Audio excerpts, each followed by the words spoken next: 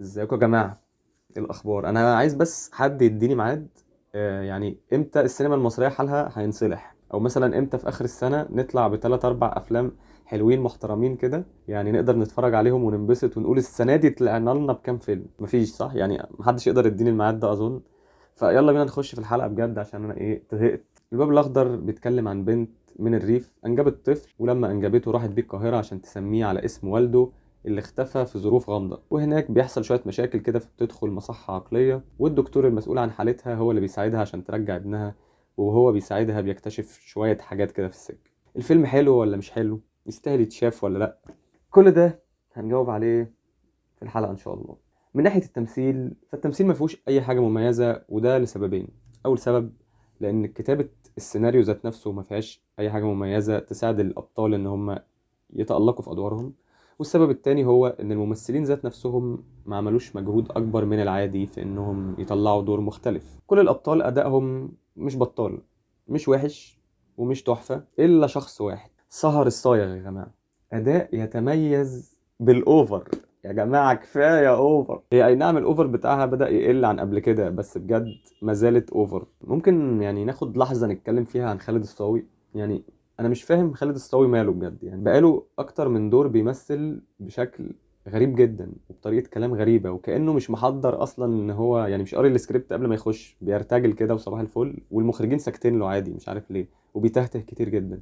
فهل ده لسبب الظروف المرضيه والعيا اللي هو مر بيها ولا ايه؟ فهو ربنا يشفيه وكل حاجه، بس بجد علامات استفهام كبيره على خالد الصاوي. وعشان ما ننساش حد، فمحمود عبد المغني كان افضل اداء في الفيلم ده، اداء راسي وهادي وتقيل. في موضة بقى ماشية اليومين دول اللي هي بتاعت يلا نجيب سيناريو لمؤلف كبير بس توفاه الله، نعمل بقى دعاية باسم المؤلف ده عشان الفيلم ولا المسلسل اللي هنعمله ده يجيب ايرادات. وده بقى حصل مع احمد خالد توفيق في الغرفة 207، وحصل قبل كده في ما وراء الطبيعة، وبيحصل دلوقتي مع أسامة أنور عكاشة، وبيحصل مع مؤلفين كتير. في منهم سيناريوهات وافلام بتمشي ومسلسلات بتمشي، وفي منها اللي بيخيش طبعا. الباب الاخضر مش عارف اقول ايه يعني، بس هقول لكم خيش ولا لا في الاخر عشان يعني تشوفوا الحلقه للاخر وكده، بس واضح يعني ان هو خيش. يعني السيناريو يا جماعه متوقع جدا، واللي هو من نوعيه الافلام بتاعت يلا نصرة الغلابه والشقيانين في الارض، اللي هيجي الدكتور المتعلم ابن الناس المحترمين عشان ينقذهم. يعني الفيلم هتلاقيه دايما مليان بالجمل بتاعت نصرة الشقيانين والناس الغلبانه، وبشكل بقى مستفز وكليشيه، يعني بدرجة مستفزة جدا. وطبعا في مليون صدفة غريبة بتحصل عشان تدي مبررات للشخصيات وتغير في دوافعها،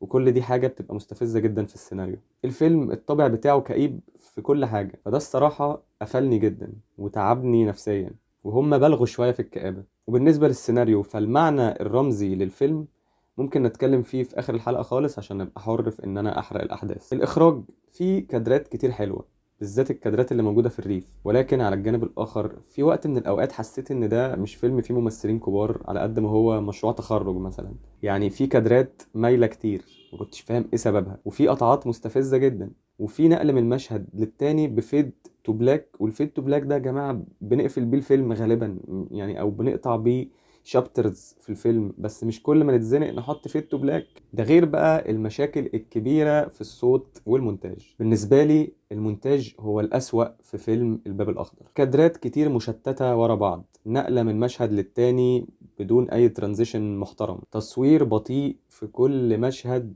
سواء المشهد ليه لازمة أو ملوش لازمة يتعمل فيه تصوير بطيء. وللأسف كمان التصوير بطيء طالع وحش لأن إمكانيات الكاميرا اللي بتصور ما فيهاش فريمز بير سكند كويسة تخليك تمط في المشهد. يعني كان بيبان كده ان المشهد متفصص لصور كده، لما بتقطعه وتحس ان فيه ديسكونتينيوتي بسبب ان الكاميرا اللي متصور بيها الفيلم هي ما فيهاش فريمز بير سكند تسمح ان انت تعمل التطويل ده في المشهد. وكان في كمان تطويل في المشاهد بتاعه الموالد اللي موجوده في الحسين لدرجه ممله جدا. يعني انا بجد قعدت ادور على واتشت لو في اوبشن ان انا اجري الفيلم على 2 عشان اشوفه اسرع وانجز، لاني فعلا زهقت. الصوت بقى يا جماعه كارثه.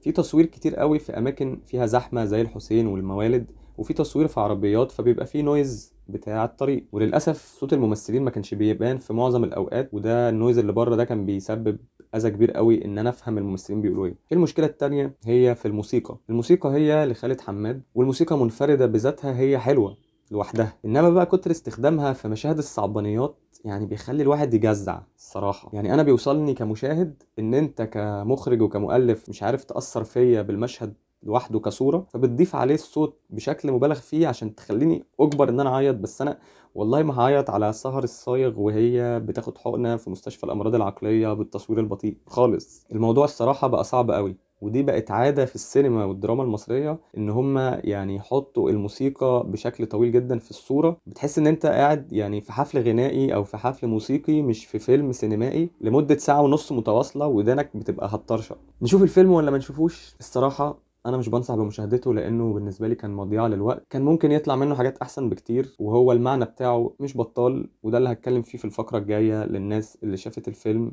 او اللي مش فارقه معاها تشوف الفيلم وحابه تشوف الحلقه للاخر. باختصار يا جماعه، في رموز سياسيه في الفيلم ده. طبعا سهر الصايغ اللي بتمثل البنت الاصيله الفلاحه المصريه اللي فيها تراب مصر وطينها والكلام ده، يعني هي غالبا بتمثل مصر بشكل عام. هي اتجوزت واحد مناضل، والمناضل ده دخل السجن، ولما طلع نساها وفكس للولد اللي هو خلفه منها. الولد ده نقدر نقول عليه هو مصر الجديدة، مصر بوجهة نظر هذا المناضل، مصر الثورة. ولكن في نص الطريق هذا المناضل قرر ان هو يسيب مصر مع ابنها، ومصر مش عارفة لها هوية.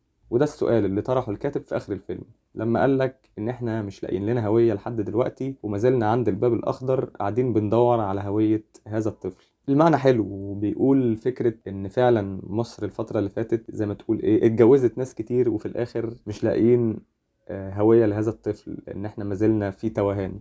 ولكن التنفيذ كان صعب، حتى الكتابة ذات نفسها ما كانتش أحلى حاجة بالنسبة لي. ف يعني ده باختصار المعنى الرمزي للفيلم. شكرا يا جماعة، ما تنسوش تعملوا لايك، فولو، مش عارف ايه الحاجات دي. عندنا بيج على الانستجرام وبيج على الفيسبوك لو عايزين تعدوا عليهم، وفي على التيك توك والله بقطع الحلقات دي وانزلها عليه عشان يجيب اي ريتش، وساعدونا نزود الريتش بتاعنا. واشوفكم في الحلقة الجاية. قولوا لنا في الكومنتس مثلا ايه الافلام الفترة دي اللي اتفرجتوا عليها وعجبتكم. انا مثلا شفت فيلم نبيل جميل اخصائي تجميل وكان سيء جدا. قولوا لنا بقى افلام الموسم ده اللي موجودة في السينما، يمكن نلاقي حاجة حلوة. السلام عليكم.